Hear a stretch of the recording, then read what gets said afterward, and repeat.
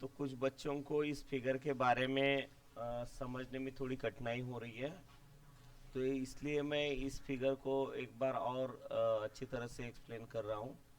थोड़ा सा ध्यान से समझने की कोशिश करें।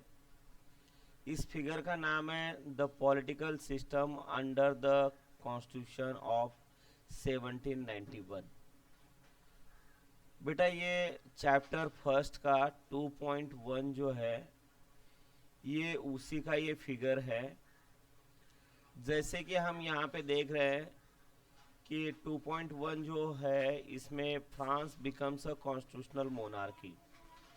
मीन्स 1791 में जब कॉन्स्टिट्यूशन का ड्राफ्ट बनकर तैयार हुआ तब नेशनल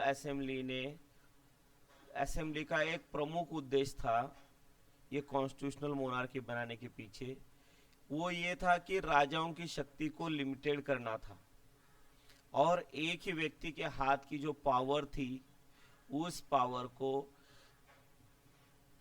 स्प्रेड करना या assign to the different institutions करना। मींस दूसरे इंस्टीट्यूशंस को भी इसके अधिकार को क्या करना, बांट देना। अब ये प्रमुख इंस्टीट्यूट कौन कौन से थे? एक तो जुडिशरी था, दूसरा एग्जीक्यूटिव था और तीसरा लेजिस्लेचर। राजा को इस कॉन्स्टिट्यूशन के तहत एग्जीक्यूटिव इंस्टीट्यूशन के अंदर सीमित कर दिया गया। देखिएगा जुडिशरी को स्वतंत्र रखा हुआ था क्योंकि फ्रांस के जो लोग इस कॉन्स्टिट्यूशनल मोनार्की का निर्माण कर रहे थे तो उनके हिसाब से एक न्यायपूर्ण या लोगों को, हर एक ह्यूमन को, इंसान को सभी राइट्स का प्रोटेक्शन मिलने का अधिकार होना चाहिए। इसलिए जुडिशरी को स्वतंत्र किया गया था। लेकिन ये स्वतंत्र जुडिशरी को भी जो राइट्स प्रदान किए गए थे वो भी इलेक्टेड मेंबर्स के द्वारा ही किए गए थे। जहां पे हम देखते हैं कि जुडिशरी के जो सिस्टम है उसका चुनाव ही इलेक्शन करके ही हुआ था। अब यहाँ पे ये समझने की जरूरत है हमें कि यहाँ पर इन अधिकारों का जो बंटवारा किया गया है वो किस तरह से किया गया है, इसी को समझना ही यहाँ पर इस फिगर का मेन उद्देश्य है। आइए देखते हैं। शुरुआत इस फिगर की नीचे की तरफ से करना पड़ता है क्योंकि यहाँ पर आप देखते होंगे कि जो 1791 जो है इसमें एक पावर का लॉ बनाया गया और इस लॉ के तहत इनडायरेक्टली इलेक्टेड लोग जो होते थे उनको लॉ बनाने की पावर कॉन्स्टिट्यूशन के तहत दी गई। इसमें क्या होता था कि सिटीजन्स क्या करते थे, एक ग्रुप को इलेक्ट करते थे और वो जो मेंबर्स चुनकर आए हुए होते थे उसको हम सिर्फ असेंबली कहते थे। लेकिन ध्यान रखिएगा इस असेंबली को चुनने का अधिकार सभी सिटीजन्स के पास नहीं था। Means the right of vote have only those person who have a man या male person and he is must be above the 25 year। उसकी उम्र कितनी होनी चाहिए? 25 साल से ज्यादा होनी चाहिए। And he have paid taxes, उसने टैक्सेस क्या किए होने चाहिए? पेड किए होने चाहिए। कितने taxes? Equal to at least 3 days of labour's wages, मतलब 3 दिन कम से कम। कितने दिन? At least 3 days। और लेबर का जो वेजेस होता था ऐसे 3 दिन का वेजेस उसने पे किया हुआ होना चाहिए। ऐसे सिटीजन्स को एक स्टेटस दिया जाता था और उस स्टेटस को कहते थे एक्टिव सिटीजन्स। क्या कहते थे? Active citizens. that is they were entitled to the vote, और ऐसे लोग ही क्या हो जाते थे, इंटाइटल्ड हो जाते थे किसके लिए, वोटिंग करने के लिए।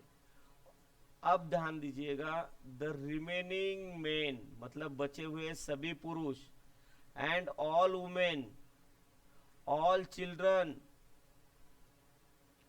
who are below under the 25, all are a passive citizens। उनको एक स्टेटस दिया जाता, वो था passive citizens. What is mean by passive citizens, who are the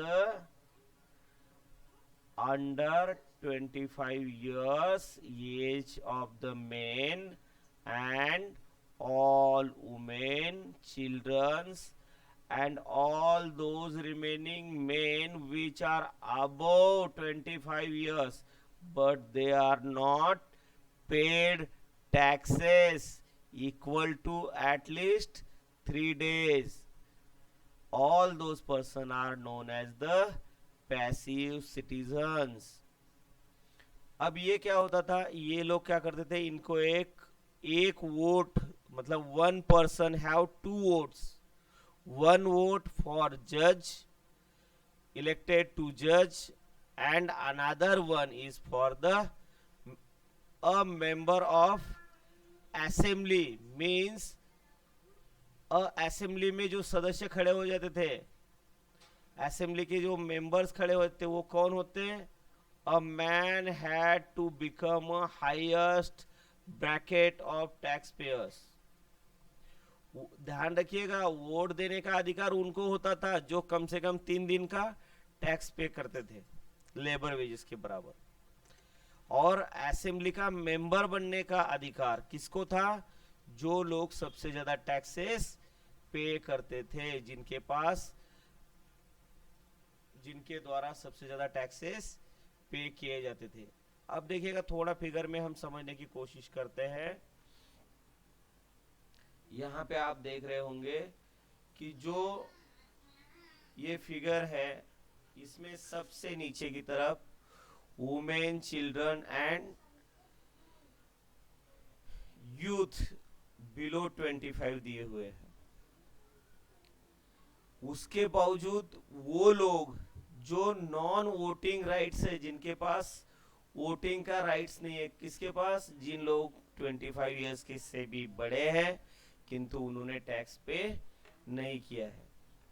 अब ऐसे पैसिव सिटीजन्स करीबन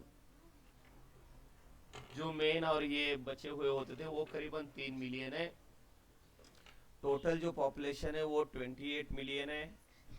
उसके अलावा जो लोग एक्टिव है, ऐसे एक्टिव पॉपुलेशन जो है 28 मिलियन में से वो सिर्फ 4 मिलियन है जो 25 इयर्स के अबव है, पुरुष है, और उन्होंने 3 दिन का टैक्स वेजेस के बराबर पे किया है। वो क्या करते हैं, एक वोट करते हैं उस ग्रुप ऑफ असेंबली मेंबर के लिए और एक वोट करते हैं जजेस के लिए। मतलब अभी वैसे देखा जाए तो ये जो 50,000 लोग हैं जो इलेक्टेड करके एक असेंबली बनी हुई है, ये लोग वोट करेंगे, किसके लिए वोट करेंगे, नेशनल असेंबली के लिए वोट करेंगे, जहां पे 745 members will become as a national assembly members।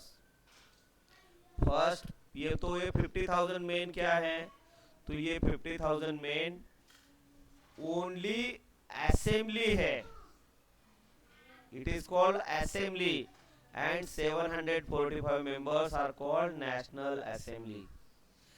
National Assembly have a right to make the laws, make the policies and execute their laws, but this National Assembly have also work under the control of king and as well as 3 ministers या a group of ministers।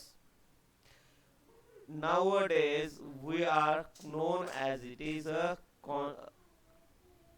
cabinet ministers in our India। such a cabinet body, yes, such a cabinet ministry is there, and it is